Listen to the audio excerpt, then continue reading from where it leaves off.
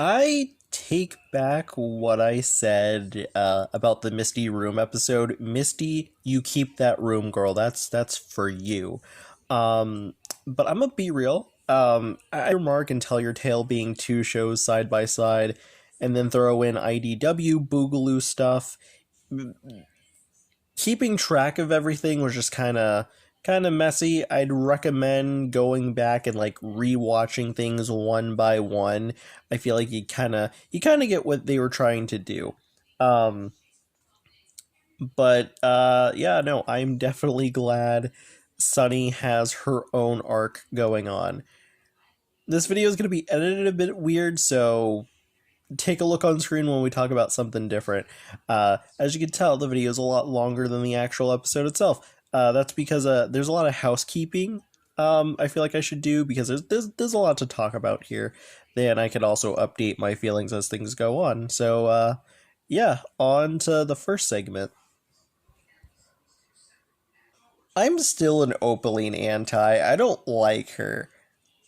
But I will say it is kind of interesting that once she got defeated, she actually had something going for her.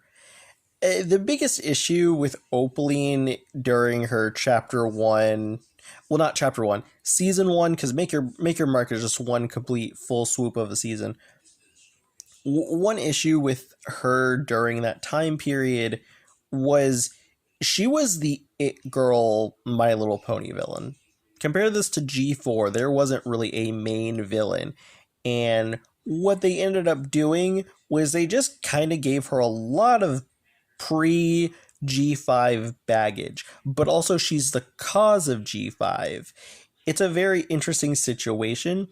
And because of that, really, I wouldn't be surprised if there's a joke where the main six interact with other things from Generation 4, like non-pony species, and they just go, blame it on Opaline. Anyways, let's help your friendship problem. I wouldn't be shocked if that becomes a running joke as things go on. But essentially, a lot of problems with the downfall of Equestria, all of that's Opaline. And also, there's a lot of negative implications with those. And really, if I'm being honest, the things that work for Opaline are when she's tied to writing stuff, to the world around her or other characters. You wouldn't have Misty the way that we do without Opaline. Also, she harasses the main five, but mostly Sunny. So, like, Sunny has a lot of ties to Opaline. Then you have the dragons. Those things work pretty well. If it were me, I would have probably had a precursor villain and maybe have them be a lot of the negative implications of the downfall of G5, but I see where that can go wrong. So it's just one of those things where Opaline is the it girl villain and she just has so much on her plate.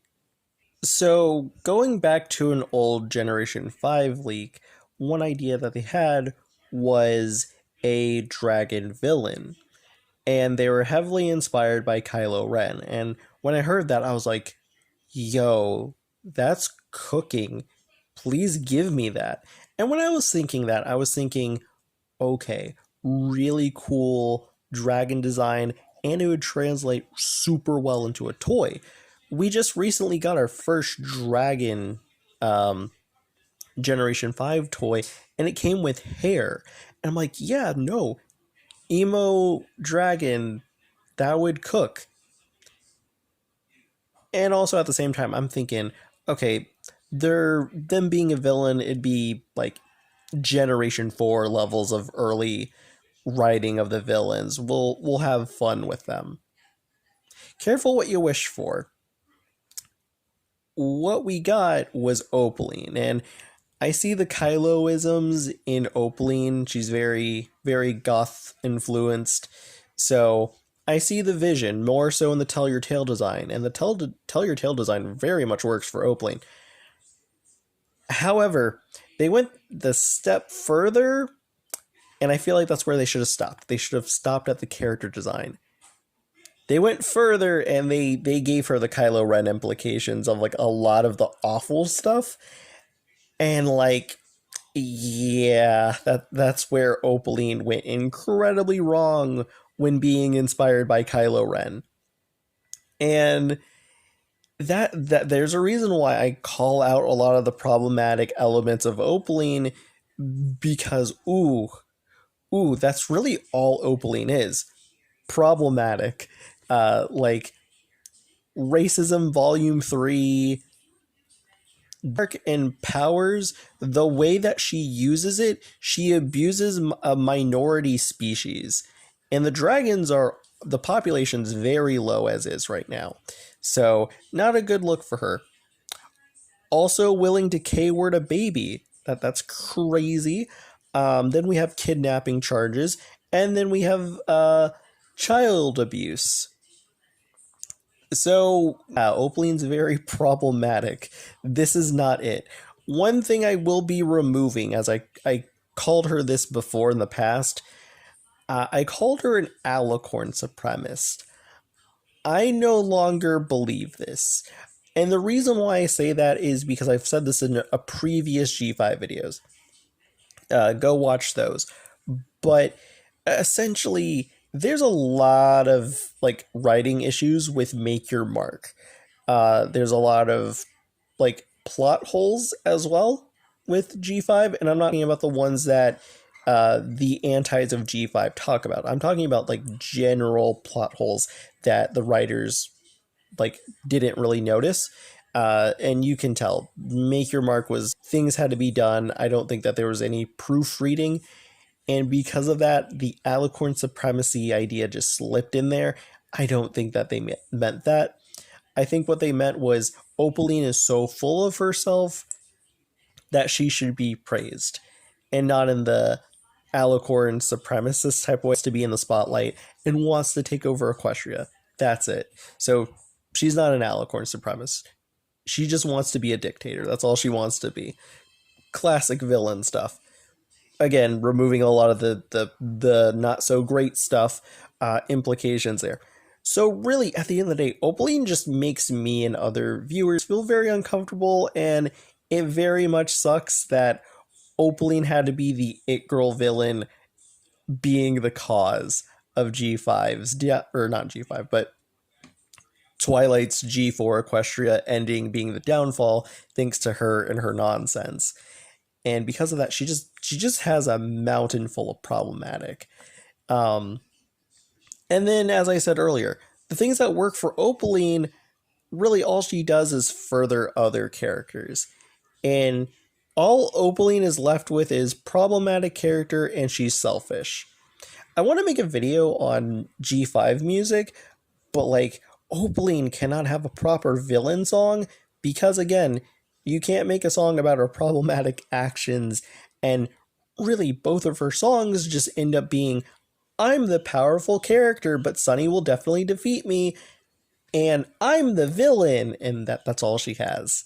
So yeah, that sucks. But given the fact that she got defeated by Misty, Sunny, and the boss baby dragon, not to mention if Opaline won, it would have been a rebellion against her and Sunny would have been the leader.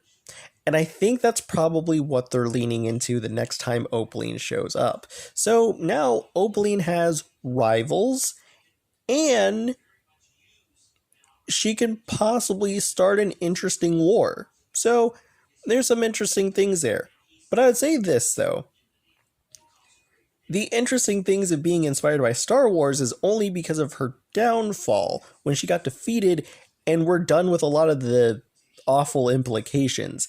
Now she can just be, I have rivals now and I want to take over Equestria. That's all she has now.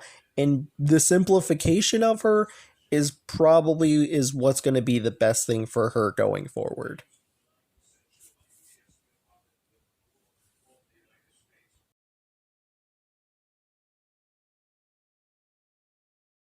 So, one thing I never really liked about G4 is the gatekeepiness of the Alicorns. I feel like somewhere in G4 we would have gotten Skyros very earlier. And like I feel like, you know, someone has to be curious as to, you know, where did Celestia and Luna, you know, come from? So because of that, I'm glad that the head writer looked at an old G4 book and was like, let's let's make that canon. And I think that's cool because where Sunny is as a character right now. As I stated before, I love that Sunny is an emotional driven character because I like the idea of Sunny feeling left out again. She's an Alicorn. Not fully, it's a magical girl transformation, but she is an Alicorn though. And the only representation of an Alicorn she knows is a bad one, being Opaline. So yeah, that would bring in a lot of insecurities of feeling alone. And the one thing I like about this episode was it flipped Zip's character. Typically she's like, "Oh man, Sunny, look, lore, let's go." Or "OMG, Sunny, look, lore because villain." But now it's, "I'm seeing my friend hurting. Let's go work on this situation together. Let's go to Opaline's castle. Let's go find the information." Like it's so nice to see Zip being emotional for Sunny, and that comes from both of them caring about one another as friends and what the lore means for Sunny as a character because she is an Alicorn. They're cooking. I love it. Keep doing that. But I think it's also cool that there's a lot of G4 Alicorn toys that never made it into canon. Oh, it'd be so cool if one of those toys actually become characters in G5. I would love that. That'd be so cool. Also, it'd be cool to see one of them like mentoring Sunny on how to use her powers. Oh, that would be great. I'd love that. So yeah, that's just my thoughts.